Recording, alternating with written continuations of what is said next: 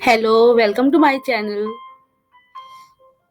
आप सब कैसे हैं? उम्मीद करती हूँ कि आप सब मस्त और स्वस्थ होंगे। हमने पिछले प्रीवियस जो क्लास हुई थी तब उसमें हमने क्लास 10 के लेसन नंबर 9 किया था संगतकार, उसकी व्याख्या की थी, जो कि मैंने समझाई थी। और जिसने वो चैप्टर नहीं देखा है तो वो देख लें एक बारी, और मैं उसका लिंक जो है वो डिस्क्रिप्शन बॉक्स में डाल दूँगी। तो आज जो है हम उसी पाठ के प्रश्न उत्तर करेंगे, उसका अभ्यास कार्य करेंगे। तो जो ये कविता है ये मंगलेश डबरवाल जी ने लिखी हुई है, तो जिसमें कि संगतकार की भूमिका के बारे में बताया गया है कि संगतकार कितना ज़रूरी है। ठीक है? और अगर आपको मेरी वीडियो पसंद आती है तो इसे लाइक करें, और जो पहली बार मेरे चैनल पर आए हैं वो इसे सब्सक्राइब करें, और कमेंट बॉक्स में ज़रूर डालें कि आपको इसमें क्या अच्छा लगा है। ठीक है? तो चलिए शुरू करते हैं। इसका पहला प्रश्न देखिए, संगतकार के माध्यम से कवि किस प्रकार के व्यक्तियों की ओर संकेत करना चाह रहा है? ठीक है? तो प्रश्न क्या है कि जो ये कहानी कविता लिखी गई है, इसमें संगतकार तो है, वो कैसा होता है, कैसे व्यक्ति होते हैं वो? ठीक है? तो इसका उत्तर देखिए, संगतकार के माध्यम से कवि उस तरह के व्यक्तियों की ओर संकेत करना चाहता है जो महान और सफल व्यक्तियों की सफलता के पीछे रहकर अपना योगदान देते हैं। ये लोग महत्वपूर्ण योगदान तो देते हैं, परंतु ये लोगों की निगाहों में नहीं आ पाते और सफलता का श्रेय इन्हें नहीं मिलता, ये उससे वंचित हो जाते हैं। ठीक है? तो संगतकार का कार्य यही रहता है, वह मुख्य कलाकार के साथ तो होता है, लेकिन उसके पीछे होता है। ठीक है? पर्दे के पीछे होता है, आगे नहीं आ पाता है, और जो भी श्रेय मिलता है वो उससे वंचित रह जाता है। ठीक है? अब प्रश्न नंबर 2 देखिए, संगतकार जैसे व्यक्ति संगीत के अलावा और किन-किन क्षेत्रों में दिखाई देते हैं? समझ आ गया प्रश्न? तो प्रश्न वो ये कह रहा है कि जो संगतकार हमने इसमें देखा है, इसमें तो हमने देखा है कि गायन में संगतकार कैसे काम करता है। तो यहाँ ऐसे कौन-कौन से और फ़ील्ड हैं, कौन-कौन से और क्षेत्र हैं जिनके अंदर ये दिखाई देते हैं? तो इसका उत्तर देखिए, संगतकार जैसे व्यक्ति संगीत के अलावा और भी बहुत से क्षेत्रों में होते हैं। जैसे अब इसके कुछ उदाहरण दिए गए हैं कि कैसे-कैसे क्षेत्रों में होते हैं। देखिए, नंबर 1 है खेल में जीत का जो श्रेय होता है वो कैप्टन को मिलता है, लेकिन जबकि विजेता बनाने में कई खिलाड़ियों का भी योगदान होता है। इसके अलावा उनके कोच और अन्य लोगों का भी बहुत बड़ा उसमें योगदान होता है, लेकिन हम किसे देखते हैं? हम सिर्फ कैप्टन को ही देख पाते हैं। ठीक है? और जो बाकी सारी टीम होती है वो उसके पीछे ही छुप जाती है। नंबर 2, राजनीति के क्षेत्र में अगर देखा जाए तो चुनाव में जीत केवल उम्मीदवार विशेष की ही होती है जो खड़ा होता है, परंतु उसे विजयी बनाने में छोटे नेताओं के अलावा चुनावी चंदा देने वाले, प्रचार करने वाले बहुत सारे जो ऐसे लोग होते हैं उनका भी योगदान होता है। नंबर 3, सिनेमा के क्षेत्र में फ़िल्मों को सफल बनाने के लिए अनगिनत लोगों का योगदान होता है। अब आप ये देखिए कि जब आप फ़िल्म देखते हैं, कोई भी सिनेमा थिएटर में जाते हैं, तो आप सिर्फ़ वहाँ पर देखते हैं कि मेन लीड में कौन हीरो है, हीरोइन कौन है, और ज़्यादा विलेन कौन है, ठीक है? थोड़े-मोटे मतलब जो कलाकार साथ में आपको दिखाई देते हैं। तो क्या सिर्फ़ वो ही मिलके कहानी को या फ़िल्म को बनाते हैं? नहीं, उसके पीछे बहुत सैकड़ों लोग लगे होते हैं, मेकअप मैन, कैमरामैन, हेल्पर, कई तरह के जो कॉस्ट्यूम वाले, मेकअप, तो कई तरह के लोग होते हैं, तो वो उसे सफल बनाने के लिए जो है वो फ़िल्म क्षेत्र में भी जो फ़िल्म है उसको सफल बनाने के लिए अनगिनत लोगों का योगदान होता है। उसके बाद अगला है शिक्षा के क्षेत्र में, जैसे पेपर होता है, तो परीक्षाफल बढ़ने का श्रेय अधिकारियों को मिलता है, पर उसके लिए अध्यापकगण और अन्य कर्मचारियों का भी अमूल्य योगदान होता है। जो क्लेरिकल स्टाफ है उसके बारे में तो कोई जानता ही नहीं है, ठीक है ना? तो एजुकेशन में वो कि उनका कितना बड़ा रोल होता है, एडमिशन करना, बच्चों की फीस लेना, सिलेबस बनाना, डिस्ट्रीब्यूशन करना, तो वो लोग तो पीछे ही रह जाते हैं, तो उनका भी बहुत महत्वपूर्ण योगदान होता है। तो किसी युद्ध को जीतने में सेनापति के अलावा बहुत से वीरों का भी योगदान होता है। समझ आ गई है उत्तर? तो इसमें यहाँ पर दिखाया गया है कि और संगतकार जैसे व्यक्ति जो है वो और किन-किन क्षेत्रों में दिखाई देते हैं। तो ये जो क्षेत्र हैं मैंने आपको कुछ बताए हैं, 5 बताए हैं, तो इनके इन क्षेत्रों में इनका ये योगदान रहता है। चलिए अब अगला प्रश्न देखते हैं।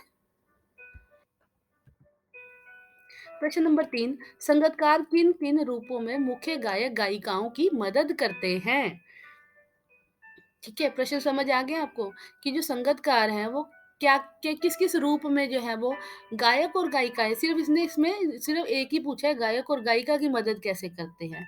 तो कहता है कि संगीतकार विभिन्न रूपों में मुख्य गायक और गायिकाओं की मदद करते हैं, जैसे वे मुख्य गायक की भारी आवाज में अपनी सुंदर और कमजोर आवाज की गूंज मिलाकर गायन को प्रभावपूर्ण बना देते हैं। गायक जब अंतरे की जटिल जंगल में खो जाते हैं, तो संगीतकार ही स्थाई को संभाले रखने में उनकी मदद करता है। अगला देखिए, तार सप्तक गाने गाते समय संगीतकार उसके स्वर में स्वर मिलाकर उसे अकेला होने का एहसास नहीं होने देता, वो उसके साथ सुर में सुर मिलाकर गाता है। उसके बाद संगीतकार मुख्य गायक के स्वर से अपना स्वर ऊंचा ना करके उसकी सफलता में बाधक नहीं बनता। उसकी जो आवाज़ है वो बहुत ज़्यादा अच्छी होती है, लेकिन वो उससे जो मेन गायक होता है, जो मुख्य गायक होता है, उससे तेज़ नहीं कर सकता आवाज़, उसकी जो है वो एक सीमा रहती है आवाज़ की, ठीक है? तो ऐसे जो है वो मुख्य जो संगीतकार है वो मुख्य गायक या गायिका की मदद करते हैं, ठीक है? इसके साथ ये प्रश्न 3 खत्म होता है। नंबर चौथा देखिए, अब इसका भाव स्पष्ट करना है। ये कुछ लाइनें दी गई हैं, हैं? तो आपने इसका भाव बताना है कि इसका क्या मतलब है। अब पहले हम उसका वो पढ़ लेते हैं, लाइन पढ़ लेते हैं कि क्या पंक्तियाँ ली गई हैं। और उसकी आवाज़ में जो एक हिचक साफ सुनाई देती है, या अपने स्वर को ऊँचा ना उठाने की जो कोशिश है, उसे विफलता नहीं, उसकी मनुष्यता समझा जाना चाहिए। अब इसका देखिए, उपयुक्त पंक्तियों का भाव यह है कि संगीतकार जानबूझकर अपने स्वर को मुख्य गायक के स्वर से ऊंचा नहीं होने देते हैं, ठीक है? तो ये है ना कि और उसकी आवाज में जो हिचक साफ सुनाई देती है, या अपने स्वर को ऊंचा ना उठाने की जो कोशिश है, उसकी विफलता नहीं, ये उसकी विफलता नहीं है कि वो आवाज ऊंची नहीं उठा रहा है, ठीक है? यह संगीतकार द्वारा उसकी प्रतिभा का त्याग है, जो योग्यता और सामर्थ्य होने पर भी जो मुख्य गायक है उसकी सफलता में बाधक नहीं बनना चाहता। उसकी मनुष्यता ही समझा जाना चाहिए इसको, वह उसकी मानवता का अनूठा उदाहरण है, ठीक है? वो जो है संगीतकार इसके माध्यम से अपनी मानवता का अनूठा उदाहरण देता है कि वह आवाज अच्छी होते हुए भी जो मुख्य गायक है उससे आवाज अपनी तेज नहीं करता, उसको उसकी आवाज को ही संभाले रखता है और उसके जो गायन है उसको प्रतिभाशाली बनाता है। आगे नेक्स्ट, नंबर 5 देखिए, किसी भी क्षेत्र में प्रसिद्धि पाने के लिए अनेक लोग तरह-तरह से अपना योगदान देते हैं। तो कोई एक उदाहरण देकर इस कथ्य को पर अपने विचार प्रस्तुत करिए, ठीक है? अपने विचार लिखने हैं और आपने कोई भी एक उदाहरण सोचिए मन में, कोई भी एक उदाहरण, और वो आपने उसको बताना है, ठीक है? तो ये प्रश्न है, इसका उत्तर है किसी भी क्षेत्र में प्रसिद्धि पाने के लिए लोगों को अपने अनेक लोग तरह-तरह से अपने योगदान देते हैं, ठीक है? किसी भी क्षेत्र में अगर आप देख लोगे तो प्रसिद्ध पाने के लिए लोग तरह-तरह के योगदान देते हैं अपना। अब उनकी सफलता में योगदान देने वाले लोगों बहुत से होते हैं जो पर्दे के पीछे रह जाते हैं और प्रकाश में नहीं आ पाते। इसका एक उदाहरण देखिए, हमारे क्षेत्र में अब यहाँ पर मैंने एक उदाहरण लिखा है, ठीक है? आप कोई और भी लिख सकते हैं, लेकिन आप ये कि समझिए पहले इसको कि ये क्या कहना चाह रहा है, प्रश्न के हिसाब से इसका उत्तर क्या बनता है, ठीक है? तो देखिए, हमारे क्षेत्र के वर्तमान विधायक श्री रमन शर्मा हैं। थोड़े ही दिनों में वे अत्यंत साधारण और आदमी हुआ करते थे।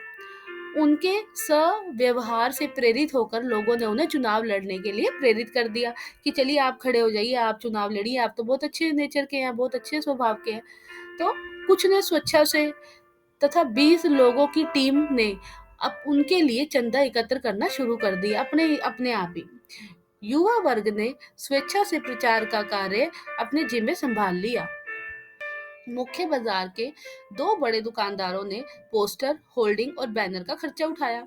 करीब 20-50 लोग उनके साथ दिन रात एक करके क्षेत्र में घूमते रहे और चुनाव होने तक साए की तरह उनके पीछा करते रहे, मतलब पीछे पीछे रहे, उनका हर काम करते रहे, ठीक है? मेन तो विधायक जी थे, जो रमन शर्मा जी थे, लेकिन उनको जो है वो प्रसिद्ध करने के लिए कितने सारे लोगों ने अपना योगदान दिया, ठीक है? तो ये सब क्या है, उनके संगतकार हैं। तो आज इन सहयोगियों को कोई नहीं जानता। श्री रमन शर्मा की गणना कर्मठ और ईमानदार विधायकों में तो की जा रही है, लेकिन इनको कर्मठ बनाने के लिए, ईमानदार विधायक बनाने के लिए इतने सारे लोगों ने जो उसका अपना योगदान दिया, ये उसके बारे में है कि कैसे जो है वो प्रसिद्धि पाने के लिए जो लोग हैं, वो उनका कौन-कौन से जो लोग हैं वो योगदान देते हैं, कौन-कौन से उनकी मदद करते हैं। ठीक है? तो ये प्रश्न यहीं पर ये खत्म होता है। अगला प्रश्न,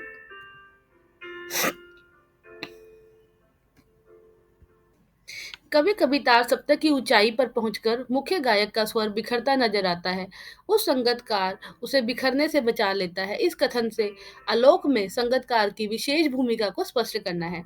अब उत्तर देखिए, तार सप्तक गाते समय स्वरों के उतार-चढ़ाव में जब मुख्य गायक की आवाज बैठने लगती है और उसकी आवाज कुछ गिरती हुई महसूस होती है, तब संगतकार मुख्य गायक के स्वर में स्वर मिलाकर उसे सहारा देते हैं तथा उसको उसके स्वर को बिखरने से पहले ही संभाल लेते हैं, ठीक है? उसे बिखरने नहीं देते और उसके गायक की सफलता को विफलता में बदलने नहीं देते। तो इस प्रकार मुख्य गायक की सफलता में संगतकार की भूमिका बहुत ही ज़्यादा महत्वपूर्ण है, क्योंकि वह मुख्य कलाकार के गायन को संभाल के रखते हैं और उसे बिखरने नहीं देते। अब उत्तर नंबर 7, सफलता के चरम शिखर पर पहुंचने के दौरान यदि व्यक्ति लड़खड़ाता है, तब उसे सहयोगी किस प्रकार संभालते हैं? उत्तर देखिए, सफलता के शीर्ष पर पहुंचकर जब कोई व्यक्ति अचानक लड़खड़ा जाता है, तो उसके सहयोगी उसे साहस और हौसला बढ़ाने के रखने के लिए प्रेरित करते हैं। वे तन से ही नहीं, आवश्यकता होने पर धन से भी उसकी मदद करते हैं। वे उसे उसकी कमियों के प्रति सचेत करते हैं तथा दोबारा सफलता के शीर्ष पर पहुंचाने में उसकी मदद करते हैं। जो उसके साथ उसके उसके दोस्त होते हैं, सखा होते हैं, उसके सहयोगी होते हैं, वो उसे गिरने नहीं देते और समय-समय पर अगर उसको चाहे धन की ज़रूरत होती है, चाहे उसको जो है वो दूसरी शक्ति की ज़रूरत है, तन की ज़रूरत है, तो वह उसे वो देते हैं ताकि वह एक सफल इंसान बन सके।